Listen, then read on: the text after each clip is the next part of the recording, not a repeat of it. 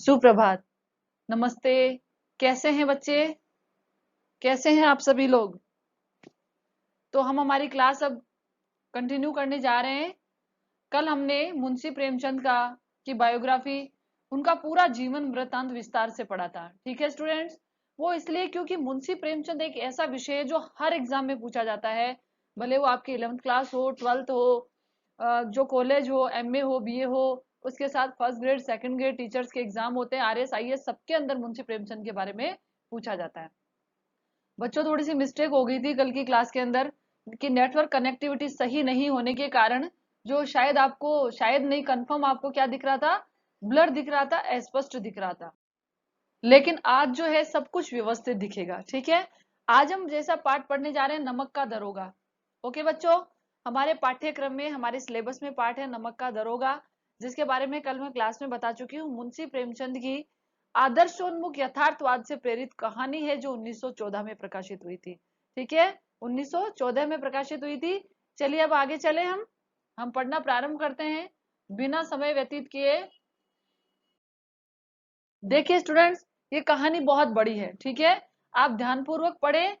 पाठ के अंदर से ही एग्जाम में, देखिए आप 11th क्लास में हो चुके हैं तो आपको ये पता है कि काव्य के साथ गद्य खंड में से भी सप्रसंग व्याख्या आती है। क्या आती है? सप्रसंग व्याख्या आती है। बड़े प्रश्न भी आते हैं, छोटे प्रश्न आते हैं, वो पाठ के बीच में से ही पूछते हैं। ठीक है? आप पाठ देखिए। क्या सोचते हैं बच्चे कि गद्य खंड तो बहुत आसान होता है, हम ऐसे ही पढ़ लेते हैं, लेकिन मार्क्स नहीं आते फिर। ऐसे ही नहीं होता है। गद्य जो होता है वो आसान नहीं होता है।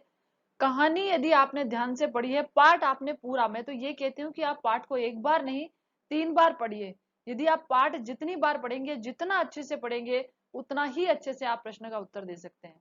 बच्चों, हमारी जो नई शिक्षा नीति आ रही है वह हमें रटंत प्रणाली से मुक्त करने के लिए आ रही है, तो प्रश्नों का उत्तर हम रट नहीं सकते हैं। आप पाठ को ध्यान से पढ़िए और पाठ को कम से कम 3 बार पढ़िए, तो आप हर प्रश्न का उत्तर लिख सकते हैं।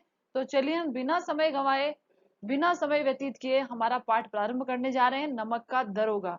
तो क्या आप तैयार हैं सभी लोग? जो बच्चे अभी तक नहीं आए हैं वो भी आ जाएं। कल की तरह आज की क्लास में कोई प्रॉब्लम नहीं होगी। Okay students? तो चलिए हम पढ़ना प्रारंभ करते हैं। देखिए यहाँ से आप पूरी क्लास को ध्यानपूर्वक देखें, ऐसे नहीं बीच बीच में छोड़ दे। अब आप यहाँ नहीं पढ़ेंगे तो आप बाद में भी नहीं पढ़ेंगे, इसलिए आप ध्यानपूर्वक देखें। यहाँ दी गई चर्चित कहानी नमक का दरोगा का प्रथम प्रकाशन 1914 में प्रेमचंद की बहुचर्चित कहानी है। यह मैं कल आपको बता चुकी हूँ स्टूडेंट्स कि इस कहानी का प्रकाशन 1914 में हुआ था। ठीक है? 1914 में। ठीक है? जिसे आदर्शोन्मुख यथार्थवाद का एक मुकम्मल उदाहरण के रूप में देखा जाता है। कहानी में आए हुए एक मुहावरे को लें तो यह धन के ऊपर धर्म की जीत है। किसके ऊपर? धन के ऊपर धर्म की जीत है ये कहानी। मुहावरा आया है। देखिए स्टूडेंट्स, आदर्शोन्मुख यथार्थवाद क्या होता है कल मैं आपको बता चुकी हूँ। यथार्थ है लेकिन आदर्श की ओर उन्मुख होता है। यथार्थ का मतलब होता है समाज की वास्तविकता को, उसकी सच्चाई को इस कहानी में उजागर किया गया है। ठीक है? लेकिन फिर उसमें क्या आ गया? आदर्श का पुट भी आ गया है कि ऐसा है लेकिन कैसा होना चाहिए। फिर लास्ट में जो अंत में ये कहानी है, अलोपी दिन के हृदय परिवर्तन के साथ क्या होती है? आदर्श की ओर परिवर्तित हो जाती है। ठीक है? कहानी में क्या है वो देखिए, आप देख पा रहे हैं। मैं जो इंपॉर्टेंट चीज है सिर्फ उसे ही हाईलाइट करूंगी, उसे ही रेखांकित करूंगी। ठीक है? तो ये कहानी कैसी है? धन के ऊपर धर्म की जीत का प्रतीक है। देखो बच्चों, आज भी धन और धर्म की यदि लड़ाई होती है तो आपको आपको देखने को मिलता है कि कहीं ना कहीं एक बार धर्म हार जाता है। और जो पैसे के बल पर लोग, ये कड़वा है लेकिन सच है, पैसे के बल पर लोग, धन के बल पर लोग, कहते हैं ना जिसकी लाठी उसकी भैंस, पैसे और पावर के बल पर लोग क्या क्या कर सकते हैं ये आप भी जानते हैं और हम भी जानते हैं। इस सच को हम कभी झुठला नहीं सकते। लेकिन दूसरा सच यह भी है कि अंत में जीत किसकी होती है? सत्य की होती है। कहानी में इसका प्रतिनिधित्व कौन करता है? देखिए, क्रमशः सद्वृत्ति, असद्वृत्ति, बुराई और अच्छाई, असत्य और सत्य इत्यादि भी कह सकते हैं। ठीक है? यानी असत्य पर सत्य की जीत है, बुराई पर अच्छाई की जीत है। कहानी में इनका प्रतिनिधित्व क्रमशः पंडित अलोपी दीन, जो पंडित अलोपी दीन है वो सत्य का, न्याय का, धर्म का प्रतीक है। और मुंशी बंशीधर जो है, सॉरी स्टूडेंट्स, पंडित अलोपी दीन जो है वो अधर्म, अन्याय और बुराई का प्रतीक है। और मुंशी बंशीधर जो है वो सत्य, ईमानदारी और धर्म का प्रतीक है। कहानी में ईमानदार कर्मयोगी मुंशी वंशीधर को खरीदने में असफल रहने के बाद पंडित अलोपीदीन अपने धन की महिमा का उपयोग कर उन्हें नौकरी से मुअत्तल करवा देते हैं। देखिए बच्चों, मैंने आपको पहले भी कहा था कि मुंशी प्रेमचंद पहले उर्दू में लिखते थे नवाब राय के नाम से, और फिर हिंदी में उनका सेवा सदन किसमें प्रकाशित हुआ, हिंदी भाषा में प्रकाशित उनका उपन्यास था, जिससे उनको बहुत ही प्रसिद्धि प्राप्त हुई थी। उन्होंने सोजे वतन उर्दू में लिखा था, जिसको अंग्रेज सरकार ने जब्त कर लिया था। तो पहले उर्दू में वे नवाब राय के नाम से लिखते थे, और उसके बाद में हिंदी में मुंशी प्रेमचंद के नाम से लिखने लगे थे। तो आप ये देख सकते हैं कि इसमें ना मुंशी प्रेमचंद की भाषा में उर्दू शब्दावली का बहुत अधिक प्रयोग हुआ है। ठीक है, तो मुअत्तल करवा देने का मतलब होता है बर्खास्त करवा देना। मुंशी वंशीधर को जब खरीदने में असफल हो जाते हैं पंडित वंशीधर, तो फिर वो क्या करते हैं कि न्यायालय में वो पैसे के बल पर जीत जाते हैं, धन के बल पर जीत जाते हैं, और वो अपने पैसे और पावर के बल पर, अपनी शक्ति के बल पर, धन के बल पर मुंशी वंशीधर को उनकी नौकरी से हटवा देते हैं। लेकिन यहां तक था आदर्श, यथार्थ। यहां तक क्या था? यथार्थ। यही सच है समाज का। जो व्यक्ति ईमानदार होता है, जो व्यक्ति मेहनत से, ईमानदारी से, निष्ठा से कार्य करता है ना, आज भी हमारे देश में पैसे और पावरफुल लोग की आंखों की किरकिरी होता है, और वो उसे उखाड़ फेंकने के लिए हर संभव प्रयास करते हैं। इस सच को आप कभी भी नहीं झुठला सकते, आपको खुद को देखने को ही मिल जाएगा। ठीक है, तो मुंशी बंशीधर के साथ भी ऐसा होता है। वो ईमानदारी रखते हैं, वो पंडित अलोपीदीन से रिश्वत स्वीकार नहीं करते हैं। ठीक है, और फिर वो उनको कोर्ट तक घसीट कर ले जाते हैं पंडित अलोपीदीन को। लेकिन पंडित अलोपीदीन अपने धन, अपने पद, अपनी प्रतिष्ठा के बल पर वहां से बाइज्जत बरी हो जाते हैं, और मुंशी वंशीधर को अपनी नौकरी से हाथ धोना पड़ता है, जैसा कि बहुत बार होता है। बच्चों, आपने देखा था कि कुछ समय पहले चूरू के एक इंस्पेक्टर थे, नाम क्या है उनका बताइए कमेंट्स करके। आप कुछ देखा कीजिए, जीके का भी हमको नॉलेज होना चाहिए, जिन्होंने सुसाइड कर लिया था। और उन्होंने व्हाट्सएप पर जो चैटिंग हुई थी उसमें क्लियर लिखा था कि उनके ऊपर इतना दबाव है, राजनीति का इतना प्रेशर है कि उनको आत्महत्या करनी पड़ रही है, सुसाइड करनी पड़ रही है। एक ईमानदार ऑफिसर थे, जिनके लिए कितने लोगों के उनके बारे में बोला है कि वो राजस्थान के ईमानदार ऑफिसर की श्रेणी के अंतर्गत आते थे। ठीक है, 3 स्टार। तो मुंशी वंशीधर को उनकी नौकरी से हटा दिया जाता है, लेकिन अंततः सत्य के आगे उनका सिर झुक जाता है। किसका? पंडित अलोपीदीन का। वे सरकारी महकमे से बर्खास्त वंशीधर को बहुत ऊंचे वेतन और भत्ते के साथ अपनी सारी जायदाद का स्थायी मैनेजर नियुक्त करते हैं, और गहरे अपराध बोध से भरी हुई वाणी में निवेदन करते हैं। ये कथन किसका है? पंडित अलोपीदीन का है। क्या कथन है? परमात्मा से यही प्रार्थना है कि वह आपको सदैव वही नदी के किनारे वाला बेमुरोवत उदंड कितनु धर्मनिष्ठ दरोगा बनाए रखे। ये पाठ के अंदर ये शब्द फिर से आपको देखने को मिलेंगे। ये पाठ की पंक्तियां हैं। ये पंक्तियां पंडित अलोपीदीन मुंशी वंशीधर से कहते हैं। भले ही पंडित अलोपीदीन पैसे और धन के बल पर, धन और पद के बल पर मुंशी वंशीधर को बर्खास्त करवा देते हैं, लेकिन मुंशी वंशीधर अपने सच से पीछे नहीं हटते हैं। तो अलोपीदीन को, मैंने क्या कहा था, कहानी आपने ऊपर देखा है, यहाँ पर देखा था ना, आदर्शोन्मुख यथार्थवाद। यहाँ तक ये यथार्थ था, लेकिन अलोपीदीन का हृदय परिवर्तित होता है। उनको लगता है कि इस व्यक्ति जो इतने बड़े पद पर था, उस समय नमक के दरोगा का पद बहुत ही उच्च हुआ करता था। आपको पता है ना, गांधी जी ने सविनय अवज्ञा आंदोलन किया था, नमक कानून तोड़ा था ना, भारतीयों को नमक बनाने का अधिकार नहीं था।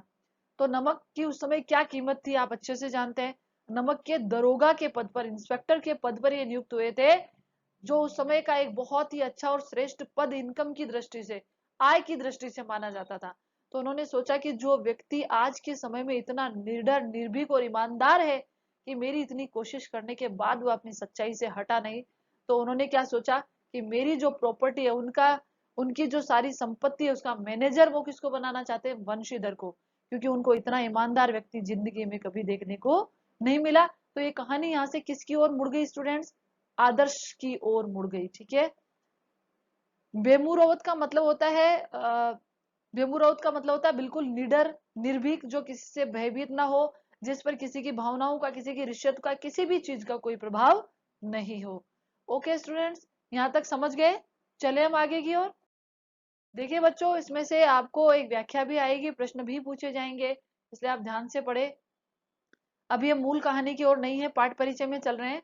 कहानी के इस अंतिम प्रसंग से पहले तक की समस्त घटनाएं प्रशासनिक और न्यायिक व्यवस्था में व्याप्त भ्रष्टाचार तथा उस भ्रष्टाचार की व्यापक सामाजिक स्वीकार्यता को अत्यंत साहसिक तरीके से हमारे समक्ष उजागर करती है। कौन सा? कहानी का ये अंतिम प्रसंग। ठीक है। ईमानदार व्यक्ति अभिमन्यु के समान निहत्थे और अकेले पड़ते जाने की यथार्थ तस्वीर इस कहानी में बड़ी बखूबी उजागर हुई है। देखो बच्चों, मुझे इतना कर्सर चलाना अभी जो है माउस चलाना नहीं आ रहा है, इसलिए थोड़ी टेढ़ी मेढ़ी हो जाती है, कोई बात नहीं, लेकिन आप सब देख पा रहे हैं बिल्कुल क्लियर। तो बिल्कुल सच इसमें उजागर किया है कि जो अंतिम प्रसंग है कि मुंशी वंशीधर को उनकी नौकरी से बर्खास्त कर दिया जाता है। तो अभिमन्यु को तो आप जानते हैं, कौरवों के युद्ध में, कौरव पांडव के युद्ध में जब अभिमन्यु अकेला था तो सभी कौरवों ने उसे चारों ओर से घेर लिया था और वह निहत्था हो गया, तो उसकी हत्या किस प्रकार से कर दी गई थी ये इतिहास जानता है और आप भी जानते हैं। और यही किसके साथ हुआ था? मुंशी वंशीधर के, कि अलोपी दिन और प्रशासनिक व्यवस्थाओं ने, प्रशासन और न्याय ने उन्हें अभिमन्यु की तरह निहत्था और अकेले कर दिया तथा उन्हें क्या करना पड़ा? अपनी नौकरी से हाथ धोना पड़ा। ओके स्टूडेंट्स, तो देखते हैं हम आगे की ओर। तैयार है ना आप? पूरा ध्यान आपका क्लास में होना चाहिए। ओके। तो समाज और प्रशासन में, न्यायिक व्यवस्था में कितना भ्रष्टाचार व्याप्त है कि मुंशी वंशीधर जैसे ईमानदार व्यक्ति को हटा दिया गया और जिस व्यक्ति के खिलाफ पूरे प्रमाण थे उन प्रमाणों को बदल दिया गया। यह आज भी हमको न्यायिक व्यवस्था में देखने को मिलता है। ठीक है, आगे देखिए। किंतु प्रेमचंद इस संदेश पर कहानी को खत्म नहीं करना चाहते थे। ये आप देख पा रहे हैं कि मुंशी वंशीधर को क्या कर दिया गया था? बर्खास्त कर दिया गया। सच में यही होता है, हकीकत में यही होता है। कुछ केस ऐसे होते हैं, कुछ मामले ऐसे होते हैं जहां पर अंत में सत्य की जीत होती है, ऐसे साधारण ईमानदार व्यक्ति की जय होती है। सच यही है। मुंशी प्रेमचंद, जो प्रेमचंद है, यहाँ पर इस कहानी को खत्म नहीं करना चाहते थे, क्योंकि उनका क्या कहना था? देखिए, ऐसा यथार्थवाद हमको निराशावादी बना देता है, मानव चरित्र पर से हमारा विश्वास उठ जाता है और हमें चारों ओर बुराई ही बुराई नजर आने लगती है। उपन्यास शीर्षक, इसलिए कहानी का अंत सत्य की जीत के साथ होता है। मुंशी प्रेमचंद ने कहा, यदि ऐसा सच हम समाज के सामने लाएंगे तो क्या होगा? मनुष्य को ऐसा यथार्थवाद निराशावादी बनाएगा। यदि हम इस कहानी को पढ़ेंगे तो हम भी यही सोचेंगे ना। हम ऐसा देखेंगे, मूवी में भी हम ऐसा देखेंगे तो हम क्या सोचेंगे? जब सच के साथ ऐसा होना है तो क्यों हम सच का साथ दें? और यदि मुंशी वंशीधर के साथ जैसा हुआ ऐसा बहुत लोगों के साथ होता है, और यदि उनको न्याय नहीं मिलेगा, उन सच का साथ नहीं देगा, तो फिर कौन सच के साथ खड़ा होगा? चारों ओर भ्रष्टाचार और बेईमानी का बोलबाला होगा। तो मुंशी वंशीधर ने पंडित आलोपी दिन का हृदय परिवर्तन करवाया इस कहानी में। लेखक वही है, उन्हीं की कलम से ये सब कुछ अभिव्यक्त हुआ है। हृदय परिवर्तन हुआ और उन्होंने आके मुंशी वंशीधर से क्षमा मांगी और कहा कि आप हमारी जो प्रॉपर्टी है, हमारी जो संपत्ति है, उसका मैं आपको स्थायी मैनेजर नियुक्त करना चाहता हूँ, कृपया आप इस पद को स्वीकार करें और मैं बहुत लज्जित हूं कि मैंने आपके साथ ऐसा व्यवहार किया। तो अंत में जीत किसकी हो जाती है स्टूडेंट्स? अंत में जीत सत्य की होती है। आगे बात समझ में, चलते हैं हम आगे की। देखिए बच्चों, अब हमारा मूल पाठ शुरू होने जा रहा है। ये कहानी है जिसको हमें ध्यान पूर्वक पढ़ना है। इंपॉर्टेंट चीज होगी, महत्वपूर्ण बातें होंगी, मैं उनको आपको रेखांकित करवाऊंगी, हाईलाइट करवाऊंगी।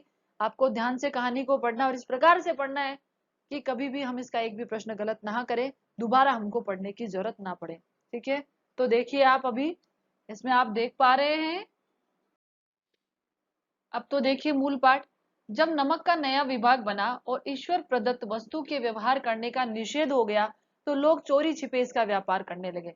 निषेध का मतलब आप जानते हैं, प्रतिबंध। ईश्वर प्रदत्त, देखिए स्टूडेंट्स, जो नमक बनता है वो पानी से बनता है और जो पानी होता है वो ईश्वर की देन होता है। नमक कैसे बनता है आप जानते हैं ना? समुद्र में बनता है। लेकिन उस समय क्या हुआ, अंग्रेज सरकार ने जो नमक भारतीय बनाते थे उस पर प्रतिबंध लगा दिया था, ये आप बात जानते हैं। इसीलिए गांधी जी ने विरोध किया था कि ईश्वर प्रदत्त वस्तु है, तो आप इसके ऊपर प्रतिबंध कैसे लगा सकते हैं कि भारतीय अपने ही देश में नमक नहीं बना सकते? लेकिन ऐसा हो गया था। वो तो 1930 में जब महात्मा गांधी ने जब दांडी यात्रा की थी और 5 मार्च को ये सब कुछ नमक कानून को, वहां से चलकर पैदल चले, दांडी यात्रा की, पूरा उसको किया और फिर नमक कानून को तोड़ा, उसके बाद ये सब कुछ हुआ था। लेकिन पहले नमक पर प्रतिबंध लगा दिया गया तो लोग चोरी छिपे बेचने लगे थे। ठीक है, अनेक प्रकार के छल प्रपंचों का सूत्रपात हुआ। कोई घूस से काम निकालता था, कोई चालाकी से। अधिकारियों के पोबारे थे। पोबारा होने का मतलब है कि कोई छल से, कोई घूस से, कोई रिश्वत से अपना नमक एक स्थान से दूसरे स्थान पर लेकर जाएगा, उसकी कालाबाजारी जिसको कहते हैं, कालाबाजारी करेगा तो क्या करेगा वो, अधिकारियों को रिश्वत देगा तो पोबारा हो जाएंगे। पोबारा होना मुहावरा है, यानी उनका तो लाभ ही लाभ था हमेशा। आ गई बात समझ में। पटवारगिरी का सर्व सम्मानित पद छोड़ छोड़कर लोग इस विभाग की बरकंदाजी करते थे। बरकंदाजी का मतलब होता है स्टूडेंट कि इस विभाग में नौकरी पाने के लिए क्या करते थे, चक्कर लगाया करते थे, आगे पीछे घूमते थे कि हमको कैसे भी करके जुगाड़ करते थे कि ये नौकरी मिल जाए। इसलिए दरोगा का पद के लिए तो वकीलों का भी जी ललचाता था। उस समय नमक के दरोगा का जो पद होता था कितना उच्च होता था, क्योंकि उसमें इनकम बहुत अधिक होती थी। इनकम जिसको हम कहते हैं, जो तनख्वाह मिलती थी वो तो अलग से थी, ऊपर से जो ऊपरी आमदनी जो रिश्वत के माध्यम से जो इनकम होती थी वो बहुत अधिक होती थी। इसलिए वकील पटवारी सब क्या करना चाहते थे, नमक का दरोगा बनना चाहते थे।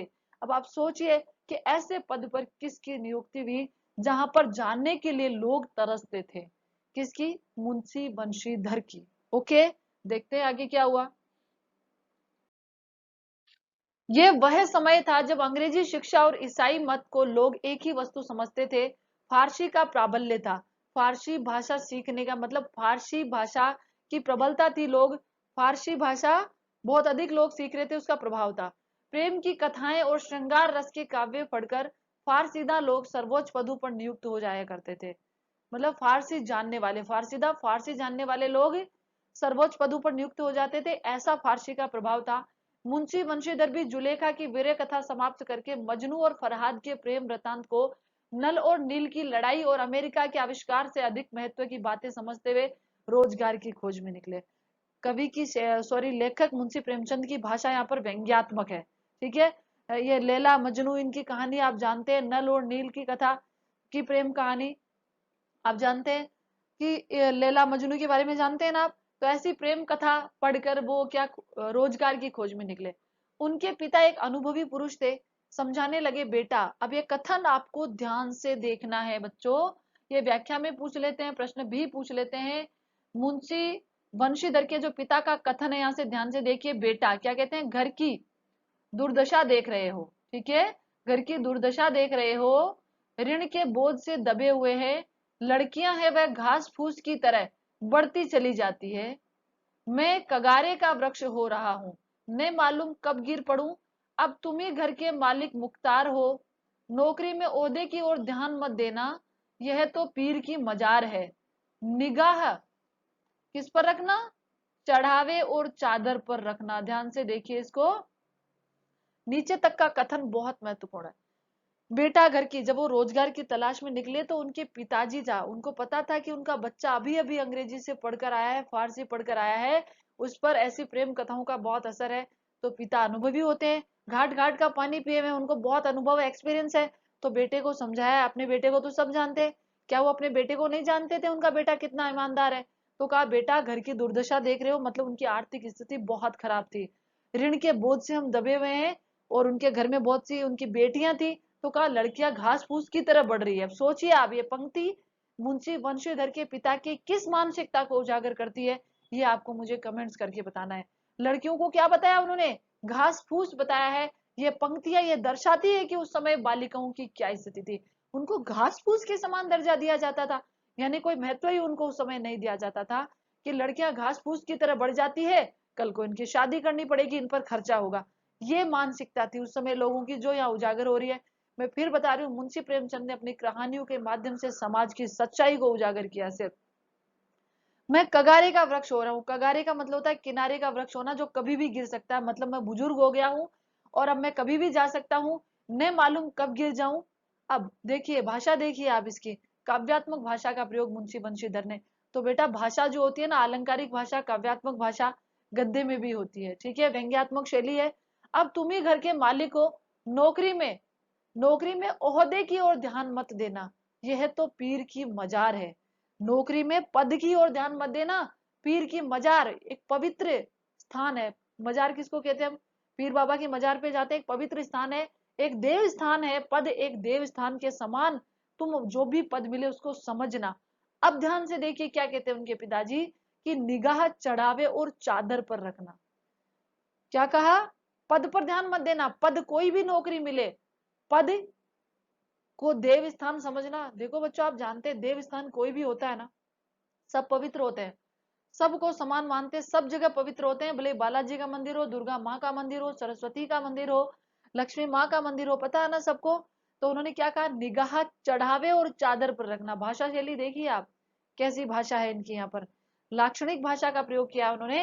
ये समझाना चाहते हैं कि तुम अपनी निगाह उस पद पर नहीं, उस पद से जो ऊपरी आय होती है, जो इनकम, जो रिश्वत होती है, उसके ऊपर अपनी निगाह रखना। ऐसा काम ढूंढना जहां कुछ ऊपरी आय होती हो। मासिक वेतन तो पूर्णमासी का चांद है, जो एक दिन दिखाई देता है और घटते घटते लुप्त हो जाता है। ऊपरी आय बहता हुआ स्रोत है, जिससे सदैव प्यास बुझती है। वेतन मनुष्य देता है, इससे उसमें वृद्धि नहीं होती है। ऊपरी आमदनी ईश्वर देता है, उनका ये मानना था। देखिए, पूर्णमासी का चांद पूर्णिमा को पूरा दिखता है और धीरे धीरे क्या होता है, समाप्त हो जाता है अमावस्या तक आते आते। तो वेतन भी एक दिन मिलता है। उनका ये कहना है कि महीने के फर्स्ट डे वेतन मिलता है, तो 30वें दिन जाते जाते तो क्या होता है, पूरी तरह समाप्त हो जाता है। कितनी सटीक उपमा वहां वो लेकर आए हैं लेखक मुंशी प्रेमचंद। ऊपरी आमदनी पर ध्यान देना। देखिए अपने बेटे को क्या सिखा रहे हैं, क्योंकि उन्होंने यही अनुभव किया समाज में, प्रशासन में, न्याय व्यवस्था में। तो वही सीख उन्होंने अपने बेटे को दी कि ऊपरी आमदनी कौन देता है, ईश्वर देता है। और बहता हुआ स्रोत है, बहता हुआ स्रोत है, नदी बहती रहती है, उसमें से आप कितना भी बाल्टी भर के पानी निकालो, खत्म थोड़ी होता है सागर में से, नहीं होता है। ठीक है, कि रोज इनकम होती रहेगी ऊपरी, तो वो कभी खत्म नहीं होगी। चलें आगे, समझ में आ गया इतना। देखिए स्टूडेंट्स, आपको इसकी व्याख्या करनी है, सप्रसंग व्याख्या करनी है। यहाँ से, कहाँ से, घर की दुर्दशा देख रहे हो, ऋण के बोझ से दबे हुए। यहाँ से लड़कियां घास फूस की तरह होती है। कहाँ से, लड़कियां घास फूस की तरह होती है। और कहाँ तक, जिससे प्यास बुझती है, यहाँ तक, कहाँ तक, प्यास बुझती है। चले हम अगली स्लाइड की ओर। ईश्वर देता है, इसी से बरकत होती है। बरकत का मतलब तो आप जानते हैं ना, बरकत होती है।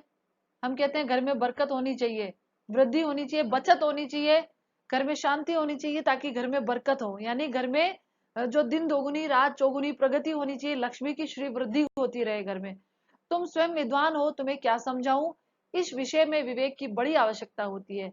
मनुष्य को देखो, उसकी आवश्यकता को देखो और अवसर को देखो, उसके उपरांत जो उचित समझो करो। देखिए आप कितनी बड़ी सीख दे रहे हैं कि तुम जहां पर नौकरी करो ना, तुम्हारी पकड़ में जो बकरा आ जाए, बलि का बकरा, कहावत सुनी है ना, बलि का बकरा होना, कि जो मनुष्य तुम्हारी पकड़ में आ जाए, उसकी आवश्यकता को देखना कि उसको तुमसे कितनी जरूरत है, अवसर देखना कि कैसा अवसर है, और उसके बाद उस व्यक्ति को देखना कि वो व्यक्ति कितनी रिश्वत आपको दे सकता है, ऊपरी आय दे सकता है। ठीक है, फिर देखिए उचित समझो वो करो। गरज वाले आदमी के साथ कठोरता करने में लाभ ही लाभ है। मतलब जिस व्यक्ति को आपकी गरज है, तुम्हारी जरूरत है, उसके साथ कठोरता करोगे तो तुम्हें लाभ ही लाभ मिलेगा। लेकिन बेगरज को दांव पर पाना जरा कठिन है। लेकिन जिसको तुम्हारी गरज नहीं है, जरूरत नहीं है, तुम्हारे बिना काम चल सकता है, उसको दांव पर मत लगाना। इन बातों को निगाह में बांध लो, यह मेरी जन्म भर की कमाई है। ध्यान से देखिए इस पंक्ति को, यह मेरी जन्म भर की कमाई है। यानी उन्होंने अपने पूरे जीवन से यही एक्सपीरियंस लिया है कि कोई बलि का बकरा आपके हाथ में चढ़ गया, शायद शायद उनके साथ ऐसा हुआ होगा, ठीक है, मुंशी वंशीधर के पिता के साथ ऐसा हुआ होगा कि ऊपर के अधिकारियों ने उनके साथ भी ऐसा व्यवहार किया होगा, कई बार वो भी बलि का बकरा बने होंगे, उनको भी रिश्वत देनी पड़ी होगी। तो वो इस चीज को बखूबी समझते हैं, उनको बखूबी इस चीज का एक्सपीरियंस है, इसलिए यही शिक्षा वो अपने बेटे को भी देते हैं। ओके स्टूडेंट्स, देखिए आगे। इस उपदेश के बाद पिताजी ने आशीर्वाद दिया। वंशीधर आज्ञाकारी पुत्र थे, ये बातें ध्यान से सुनी और तब घर से चल खड़े हुए। इस विस्तृत संसार में उनके लिए, ध्यान से देखिए इस पंक्ति को, इस विस्तृत संसार में उनके लिए धैर्य अपना मित्र, बुद्धि अपनी पथ प्रदर्शक और आत्मावलंबन ही अपना सहायक था। वेरी मोस्ट इंपोर्टेंट पंक्ति है स्टूडेंट्स। आप जब 12वीं क्लास में जाएंगे ना, तो हमारे जो पहला पार्ट है संत वाणी, उसमें हमारे एक लेखक है, लेखक नहीं कवि, हमारे लोक नायक गोस्वामी तुलसीदास रामचरितमानस के रचयिता, जिनके बारे में कौन नहीं जानता है, जो किसी परिचय का मोहताज नहीं है। उन्होंने कहा कि व्यक्ति का सबसे अच्छा मित्र उसका धैर्य होता है। मुंशी वंशीधर आज्ञाकारी पुत्र थे, पिता की सारी बात बिल्कुल ध्यान से सुनी। और लेकिन जब वो इस बड़े संसार में नौकरी के लिए निकले तो उनका धैर्य, उनके अंदर जो एक पेशेंस था, तभी तो पिता की बातें सुनी, धैर्य था, ध्यान से सुनी। उनका धैर्य उनका मित्र था। बुद्धि उनका मार्ग प्रशस्त कर रही थी, उनकी बुद्धि, वो अपनी बुद्धि से काम करते थे। बुद्धि उनका मार्गदर्शन कर रही थी कि आपको किस रास्ते पर जाना है। और उनकी आत्मा उनका अवलंबन थी, उनकी आत्मा उनका सहारा थी, जो उन्हें आगे बढ़ने के लिए प्रेरित कर रही थी। और वाकई में एक मनुष्य को आगे बढ़ना है तो उसके अंतर्गत यही सारी चीजें होनी चाहिए। लेकिन अच्छे शकुन से चले थे, जाते जाते ही नमक के विभाग के दरोगा पद पर प्रतिष्ठित हो गए। देखिए, मतलब उस समय का जो प्रतिष्ठित पद था, दरोगा का पद, वो जाते ही उन्हें मिल गया था। वेतन अच्छा था और ऊपरी आय का तो ठिकाना ही नहीं था। नमक के दरोगा का क्या स्थान था उस समय, पाठ में जान ही चुके हैं, ठीक है। वृद्ध मुंशी जी को जब सुख संवाद मिला तो फूले ने समाये, मुहावरेदार भाषा, मुहावरे का प्रयोग है। फूले ने समाना, बहुत अधिक खुश होना। महाजन कुछ नरम पड़े, कलवार की आशा लता लहलाई, पड़ोसियों के हृदय में सूल उठने लगे। महाजन, कलवार, जिन जिन से उन्होंने कर्ज लिया था उनके पिताजी ने, वो नरम पड़ गए थे। अब देखिए, जिसको कहते हैं ना संसार की प्रवृत्ति होती है, संसार इतना स्वार्थी होता है कि जो कल तक आपके साथ विनम्रता से पेश। हमारे जो राजस्थानी, आपने 10th में पढ़ा था ना बच्चों, राज्य का पाठ था, हमारे राज्य वाला पाठ आप सबने पढ़ा था। तो राज्य क्या कहते हैं कि मतलब री मनवार जगत जिमावे चूरमा, मतलब री मनवार जगत जिमावे चूरमा, बिन मतलब मनवार राब न पावे राजिया। कि बिना, जब मतलब होता है ना लोगों को, तो चूरमा जिमाते, यानी खूब आओ भगत करते हैं आपकी। लेकिन जब मतलब नहीं होता है ना, तो कोई राब भी पीने के लिए नहीं देता है। यही संसार की प्रवृत्ति होती है। तो उनके पिताजी के साथ महाजन कलवार का जो व्यवहार था उस समय, जो आपको पता है कि उस समय जमींदार, साहूकार, बहुत सारे लोग हुआ करते थे, ठीक है स्टूडेंट्स। तो उनका व्यवहार बड़ा रुखाई वाला था। लेकिन जैसे उनको पता चला, क्या पता चला, कि जो मुंशी वंशीधर है वो किस पद पर, दरोगा के पद पर नियुक्त हो गए हैं। तो उनको पता था कि उनसे उनको कभी भी काम पड़ सकता है, इसलिए उनका व्यवहार बहुत ही विनम्र हो गया। लेकिन पड़ोसी, पड़ोसी में को जब पता चलता है कि इस बुजुर्ग मुंशी का बेटा नमक के दरोगा पद पर नियुक्त हुआ, तो हृदय में सूल उठने लगे, यानी उनको बहुत बुरा लगा, वो बहुत दुखी हुए, उनको एक कष्ट की अनुभूति हुई। सूल उठना ये भी मुहावरा है। बहुत अधिक कष्ट हुआ कि पड़ोसी का बेटा दरोगा के पद पर कैसे नियुक्त हो गया। और ये तो आम प्रवृत्ति है, संसार की स्वार्थी प्रवृत्ति है। कोई किसी की प्रगति को देख नहीं सकता है। लोगों को अपनी प्रगति कितनी भी हो, लेकिन पड़ोसी का बेटा या पड़ोसी की प्रगति हो रही है तो उनको बड़े सूल चुभते हैं, ये बात आप जानते हैं, ठीक है। तो उसी सच्चाई को उजागर यहाँ पर किया है। तो देखिए, बिल्कुल कड़वे सच को मुंशी प्रेमचंद ने यहाँ पर उजागर किया है स्टूडेंट। देखिए आगे, जाड़े के दिन थे, रात का समय था। अब क्या हुआ था, मुंशी वंशीधर की नियुक्ति नमक के दरोगा के पद पर हो गई थी। और वो रात्रि के समय कहाँ थे, ड्यूटी पर थे। अब ड्यूटी पर क्या होता है वो देखिए। जाड़े के दिन थे और रात का समय था, नमक के सिपाही चौकीदार नशे में मस्त थे, ठीक है, नशे में मस्त थे। मुंशी वंशीधर को यहाँ आए अभी 6 महीने से अधिक नहीं हुए थे, लेकिन इस थोड़े समय में उन्होंने अपनी कार्यकुशलता और उत्तम आचार से अफसरों को मोहित कर लिया था। अफसर लोग उन पर बहुत विश्वास करने लगे थे। नमक के दफ्तर से 1 मील पूर्व की ओर एक जमुना बहती थी, उस पर नाव का एक पुल बना हुआ था। नदी बहती थी जिस पर नाव का एक पुल बना हुआ था। दरोगा जी किवाड़ बंद किए मीठी नींद में सो रहे थे, मतलब नशे में दरोगा जी नहीं थे, वहां पर जो चौकीदार थे, सिपाही थे, वो नशे में थे, मीठी नींद में सो रहे थे। अचानक आंख खुली तो देखा, क्या देखा, नदी के प्रवाह की जगह गाड़ियों की गड़गड़ाहट तथा मल्लाहों का कोलाहल सुनाई दे रहा था। मल्लाह है जो नाव को खेने वाले होते, नाव चलाने वाले होते। उठ बैठे, इतनी रात गए गाड़ियां क्यों नदी के पार जाती है, अवश्य कुछ न कुछ गोलमाल है। तर्क ने भ्रम को पुष्ट किया, तर्क ने भ्रम को पुष्ट किया। मुंशी वंशीधर को भ्रम हुआ कि कहा नदी की शांत बहता हुआ कोलाहल सुनना चाहिए था, लेकिन उसकी जगह गाड़ियों की गड़गड़ाहट आ रही थी।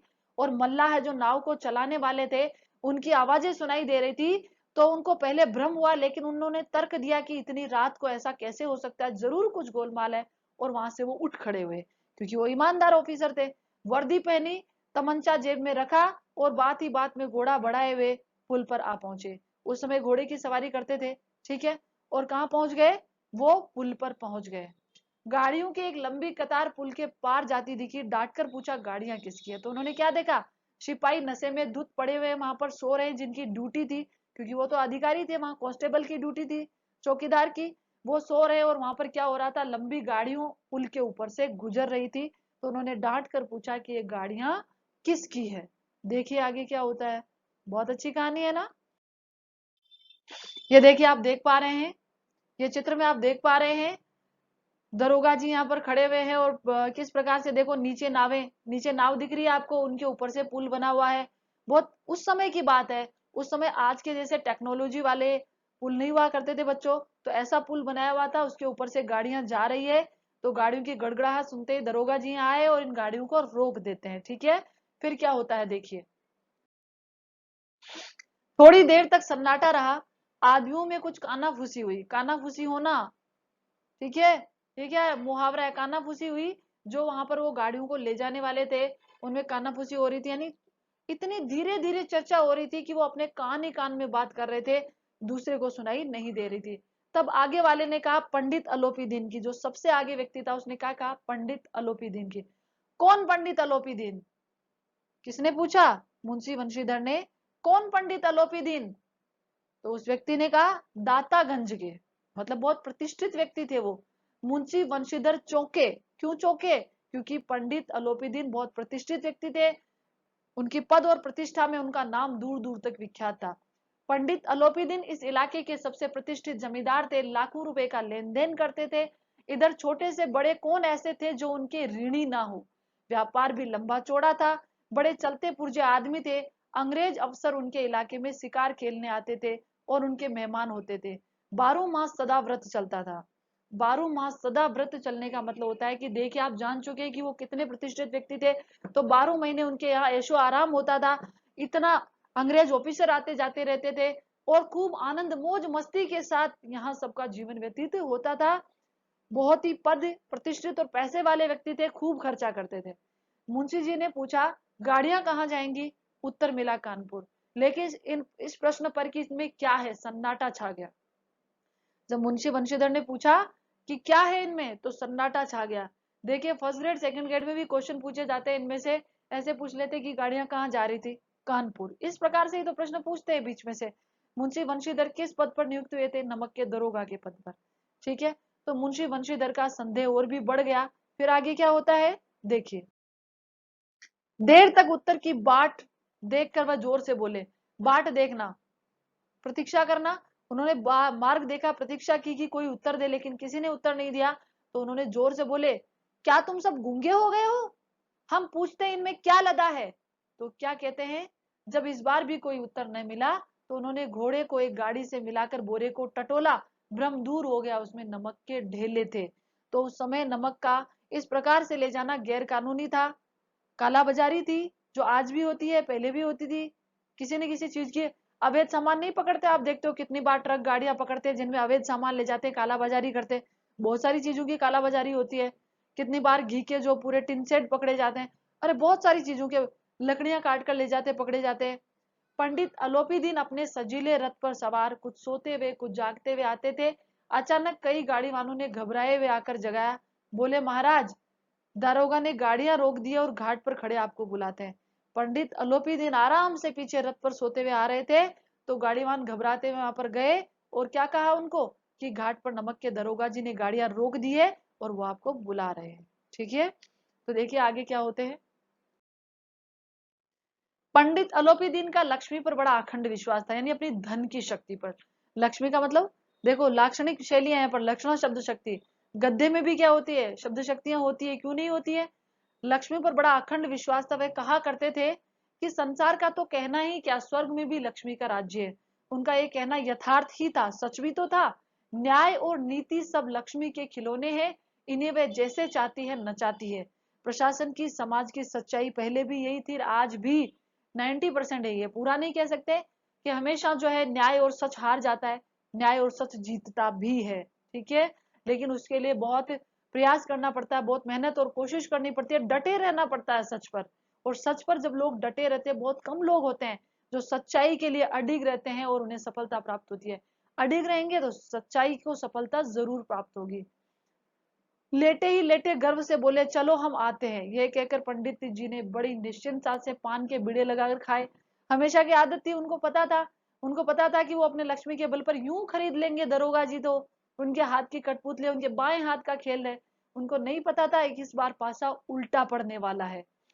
फिर लिहाफ ओढ़े हुए दरोगा जी के पास आकर बोले, यानी सर्दी का समय, लिहाफ जो चादर उनकी जो भी गर्म कंबल थी वो ओढ़कर दरोगा जी के पास आए और बोले, बाबूजी आशीर्वाद, कहिए तो हमसे ऐसा कौन सा अपराध हुआ है कि आपने गाड़ियां रोक दी? हम ब्राह्मणों पर तो आपकी कृपा दृष्टि होनी चाहिए। देखिए कितनी विनम्रता से मक्खन लगाकर बात करते हैं वो। वंशीधर रुखाई से बोले, सरकारी हुक्म है। क्या बोले? सरकारी हुक्म है। पंडित अलोपीदीन ने हंसकर कहा, हम सरकारी हुक्म को नहीं जानते और न सरकार को। आप हमारी सरकार आप ही हैं। हमारा और आपका तो घर का मामला है। हम कभी आपसे बाहर हो सकते हैं क्या? मक्खन लगाकर बात करोगे तभी तो अगले व्यक्ति को अपने साथ शामिल कर सकते हो, ठीक है? आपने व्यर्थ का कष्ट उठाया, यह तो नहीं सकता कि इधर से जाएं और इधर घाट के देवता को भेंट न चढ़ावें। घाट के देवता किसको कहा है? वंशीधर को। कि आपको भेंट चढ़ावें मतलब बिना आपको रिश्वत देने की बात करें, कि बिना आपको पैसे दिए हुए, धन दिए हुए हम इधर से थोड़ी जा रहे थे, हम आ रहे थे पीछे पीछे, ठीक है? मैं तो आपकी सेवा में स्वयं ही आ रहा था। वंशीधर पर ऐश्वर्य की मोहिनी वंशी का कोई प्रभाव नहीं पड़ा, लेकिन उनकी इस मक्खन लगाकर की गई बातों का, बढ़ा चढ़ाकर की गई बातों का मुंशी वंशीधर पर, उनके पैसे का, उनके धन का, उनकी प्रतिष्ठा का कोई प्रभाव नहीं पड़ा। ईमानदारी की उमंग थी उनके अंदर। कड़क कर बोले, हम उन नमक हरामों में नहीं है जो कोड़ियों पर अपना ईमान बेचते फिरते हैं। आप इस समय हिरासत में हैं। आप कायदे के अनुसार आपका चालान होगा। बस मुझे अधिक बातों की फुर्सत नहीं है। जमादार बदलू सिंह, तुम इन्हें हिरासत में लो, मैं हुक्म देता हूं। ईमानदार ऑफिसर थे, उन पर इन बातों का कोई फर्क नहीं पड़ना था, ठीक है? क्या होता है? पंडित अलोपीदीन स्तंभित हो गए, आश्चर्यचकित हो गए। उन्होंने कभी सोचा भी नहीं था कि उनके साथ ऐसा भी हो सकता है। बिल्कुल जड़ हो गए वो वहीं पर। गाड़ी वाहनों में हलचल मच गई। पंडित जी के जीवन में कदाचित ये पहला अवसर था कि पंडित जी को ऐसी कठोर बातें सुननी पड़ी। बदलू सिंह आगे बढ़ा, किंतु रोब के मारे साहस नहीं हुआ। किसका रोब? पंडित अलोपीदीन का इतना रोब, इतनी प्रतिष्ठा, इतना मान सम्मान था कि उनके आगे, क्योंकि बदलू सिंह तो पहले से काम करता आ रहा था वहां पर। उसे पता था कि पंडित अलोपीदीन कैसा व्यक्तित्व है, उसकी कितना वर्चस्व है। इसलिए उसका ऑफिसर था नमक के दरोगा जो मुंशी वंशीधर थे, तो उनके कहने से वो आगे तो बढ़ा, लेकिन उसकी हिम्मत नहीं हुई कि वह किसको पकड़े, किसको हथकड़ी लगाए? अलोपीदीन को। पंडित जी ने धर्म को धन का ऐसा निरादर करते हुए कभी नहीं देखा था। मैंने कहा था ना, उनका भरोसा था कि लक्ष्मी से सब कुछ जीता जा सकता है। तो कभी धर्म यानी सच्चाई और न्याय, धन का ऐसा निरादर होगा, उनका इतना अपमान होगा, उन्होंने कभी नहीं सोचा था। विचार किया कि अभी उदंड लड़का है, नया नया आया है, माया मोह के जाल में अभी नहीं फंसा है, अलहड़ है, झिझकता है, ठीक है? जवानी का जोश है। बहुत दीन भाव से बोले, बाबू साहब ऐसा ना कीजिए, हम मिट जाएंगे, हमारी इज्जत धूल में मिल जाएगी। हमारा अपमान करने से आपके हाथ क्या आएगा? हम किसी तरह आपसे बाहर थोड़ी ही है। तो जब वो स्तंभित हो गए, उन्होंने सोचा क्यों ना एक बार फिर से रिक्वेस्ट करूं इनसे, अनुनय विनय करूं, शायद मेरी बात का इन पर प्रभाव हो जाए। तो उन्होंने बहुत अनुनय विनय की, लेकिन मुंशी वंशीधर पर उसका कोई प्रभाव नहीं हुआ। देखिए बच्चों, कहानी अभी बहुत बड़ी है, ठीक है? कहानी अभी बहुत बड़ी है। अभी इसमें बहुत टाइम लगेगा। तो आज की क्लास जो है हम यही समाप्त करते हैं। हमारा जो शेष पाठ रह गया है वो हम कल की क्लास में पढ़ेंगे, ठीक है बच्चों? हमारे जो नए नए बच्चे आ रहे हैं, आप उनको भी, जो हमारे और स्टूडेंट है उनको बताइए कि इस टाइम पर हमारी क्लास चलती है। ओके स्टूडेंट्स, तो आज मैंने आपको एक प्रश्न दिया है। कौन सा प्रश्न? कि आपको सप्रसंग व्याख्या करके उसकी मुझे सेंड करनी है। कल मैंने आपको मुंशी प्रेमचंद का जीवन और साहित्यिक परिचय लिखने के लिए कहा था, जो बहुत सारे स्टूडेंट ने नहीं लिखा है, तो अब आप लिख सकते हैं। देखिए स्टूडेंट्स, क्वेश्चन का आंसर दिया कीजिए। आप इस प्रकार से पढ़ें कि आपको दोबारा पढ़ना ही ना पड़े। तो जमादार का जो मुंशी वंशीधर थे, उन्होंने किसको आदेश दिया था? बदलू सिंह को। ओके, आज के लिए इतना ही। कल फिर मिलते हैं। इन्हीं भावनाओं के साथ आपका दिन मंगलमय हो।